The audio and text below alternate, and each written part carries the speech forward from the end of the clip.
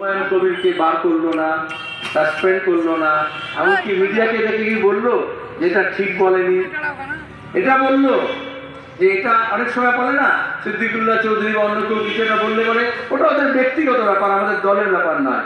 তাহলে ফিরহাদ হাকিমকে দিয়ে এটা তো বলে দিতে পারতেন যেটা ওর ব্যক্তিগত ব্যাপার, দলের ব্যাপার নয়, বলেননি। তাহলে ওটা তার ব্যক্তিগত ব্যাপার ছিল না, ওটা দলের ব্যাপার ছিল। আর এখন যখন মসজিদ তৈরি করে বলেছে তখন বলে দল থেকে বার করে দেবো। আর এটা ওর ব্যক্তিগত ব্যাপার, এটা ওর দলের ব্যাপার না। মন্দির মসজিদ তৈরি করা কারোর পৈতৃক সম্পত্তি না। যখন মোদী, আদবানি, অমিত শাহ রাম মন্দির নিয়ে যখন গোটা দেশের মানুষকে উত্তেজিত করছিলেন, মমতা ব্যানার্জি তখন বললেন বিজেপি হচ্ছে আমাদের ন্যাচারাল অ্যালাই, একেবারে জন্মগত বন্ধুত্ব তৃণমূলের সঙ্গে বিজেপি। গুজরাটে যখন গণহত্যা হলো তখন মমতা ব্যানার্জি ফুল পাঠালেন আর তারপরে গিয়ে এনডিএতে যোগ দিলেন। আজকে যে এসআইআর দেখছেন, ভোটার লিস্ট দেখছেন, কেন এত গন্ডগোল? ভোটার লিস্টের আগে হয়েছিল। তাহলে বিজেপি ভোটার লিস্টকে কেন্দ্র করে রোহিঙ্গিয়া, জেহাদি, বাংলাদেশি, ঘুষপেটিয়া, উইপোকা, হিন্দু মুসলমান, মতুয়া কেন বলছে? কারণ আমাদের দেশে ভোটাধিকার ছিল জনগণের ওপরে, জনপ্রতিনিধিত্বমূলক আইন, পিপলস রিপ্রেজেন্টেশন। আমরা বলি জনপ্রতিনিধি, এমএলএ, এমপি কে আমরা কি নাগরিক প্রতিনিধি বলি? তাহলে নাগরিকতা আলাদা আর জনতা আলাদা।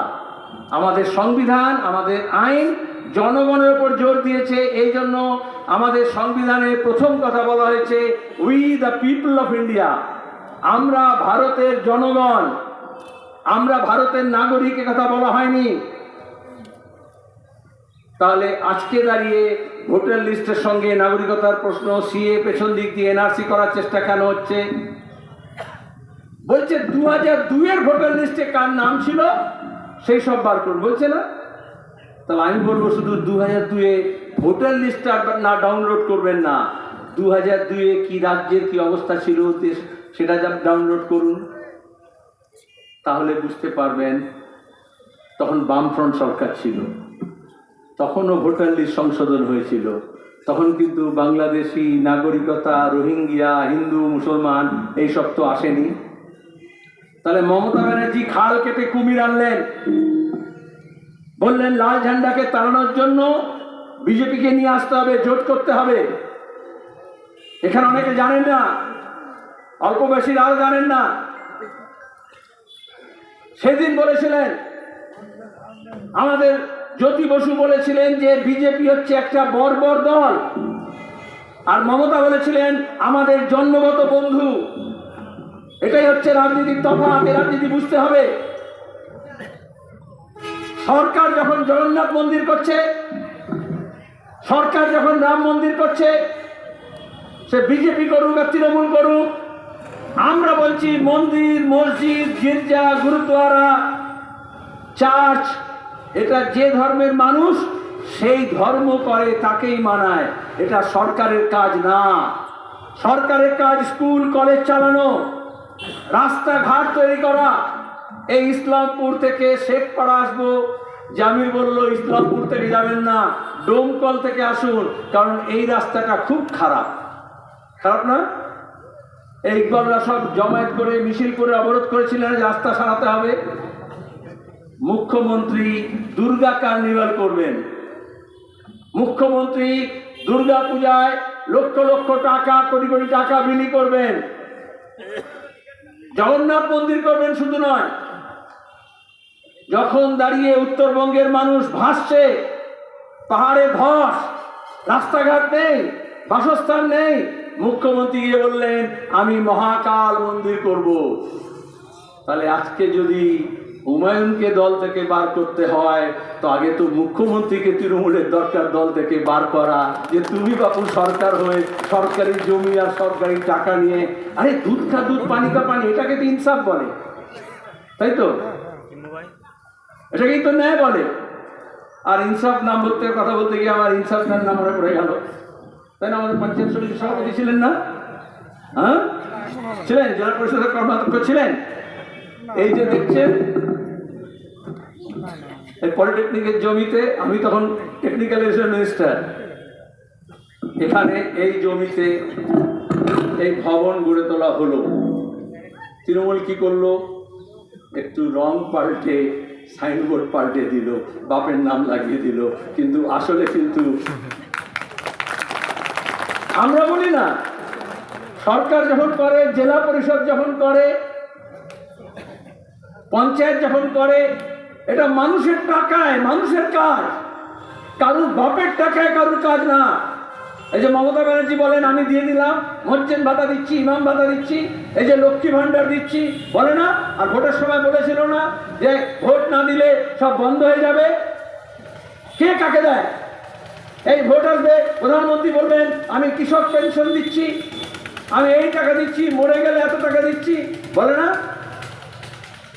আমি যখন যুব করতাম তখন আমি একটা স্লোগান দিতাম, আমি সবাইকে শেখাতাম এই স্লোগান দিতে, ছাত্র যুবদেরকে, पैसा पैसा हमारा आपका, पैसा हमारा आपका नहीं किसी का बाप का।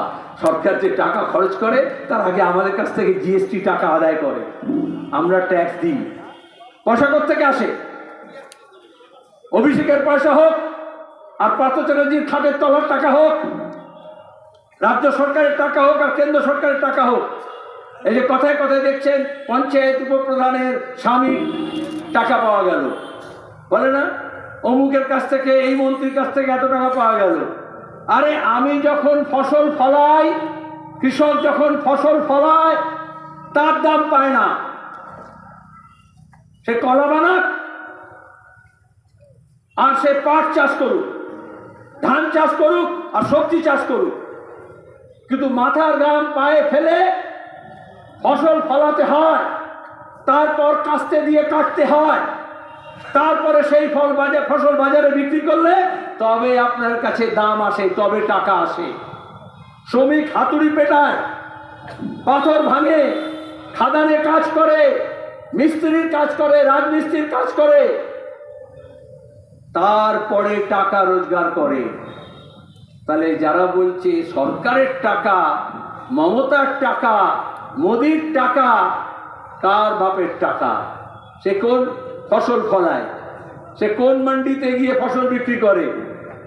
সে কোন দোকানে কাজ করে? কোন দোকানদারি করে? কোন খাদানে কাজ করে? কোথায় রাজ্যে কাজ পায় না বলে পরিযায়ী শ্রমিক হিসেবে কোথাও টানেল, কোথাও টাওয়ার, কোথাও বাঁধ নির্মাণ করে, বাড়ি নির্মাণ করে। আসলে মেহনত যে করে, টাকা সে রোজগার করে, সেই টাকা সরকারের কাছে জমা পড়ে। সেই টাকা দিয়ে সরকারের দরকার ছিল রানীনগরে কলেজ করা, আজ পর্যন্ত রানীনগরে কলেজ হলো না, হয়েছে?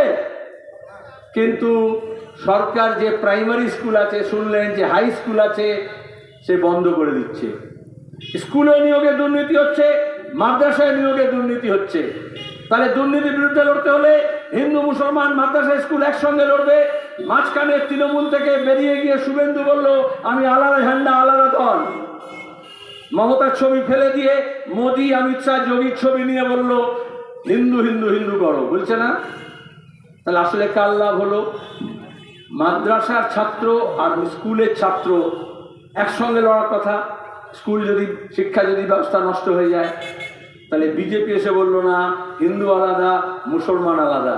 তাহলে রাস্তা সারাই বলুন, মূল্যবৃদ্ধি বলুন, বেকারি বলুন, স্বাস্থ্য পরিষেবা বলুন, হাসপাতাল বলুন, প্রাইমারি হেলথ সেন্টার বলুন, যে দাবি বলুন, মানুষ যদি ভাগ হয়ে যায় হিন্দু মুসলমানের নামে, মন্দির মসজিদের নামে, উত্তর দক্ষিণের নামে, রাজবংশীর নামে, মতুয়ার নামে, আদিবাসীর নামে, তপশিলীর নামে, তাহলে আসলে মানুষের শক্তি কমে যায়।